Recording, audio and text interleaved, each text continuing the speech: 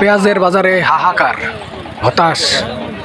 শৈলকুপার বাজারে কৃষকের হতাশা যাচ্ছে না পেঁয়াজের বাজারে এসে। দর্শক মণ্ডলী, আজকে 8 তারিখ, আগস্ট মাসের 8 তারিখ শৈলকুপা পেঁয়াজের বাজার দর জানানো হবে। সুখসাগর এবং দেশাল পেঁয়াজের বাজার দর জানতে ভিডিওটি কন্টিনিউ করুন। শৈলকুপার পেঁয়াজের বাজারে আজকে প্রচুর পরিমাণে পেঁয়াজের আমদানি হয়েছে। প্রচুর পেঁয়াজের ব্যাপারীরা কিনতেছে কম, খুবই কম কিনতেছে। এরও একটা কারণ আছে। মূলত যখন 2 কেজি বাদ চলে যাবে তখন এই পেঁয়াজের ভিতরে প্রচুর পচা পেঁয়াজ থাকতেছে। প্রায় 2-3 কেজি পচা পেঁয়াজ পাচ্ছে, সেখান থেকে ব্যাপারীদের পেঁয়াজটা কমে যাচ্ছে। এই কারণে ব্যাপারীরা খুবই কম পেঁয়াজ কিনতেছে। তো চলুন পেঁয়াজের বাজার দর আজকে জানা যাক পেঁয়াজ বিক্রেতার কাছ থেকে। শৈলকুপার বাজার কত আজকে?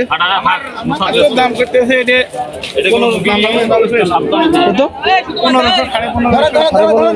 মাথা কত? ভালোই আছে।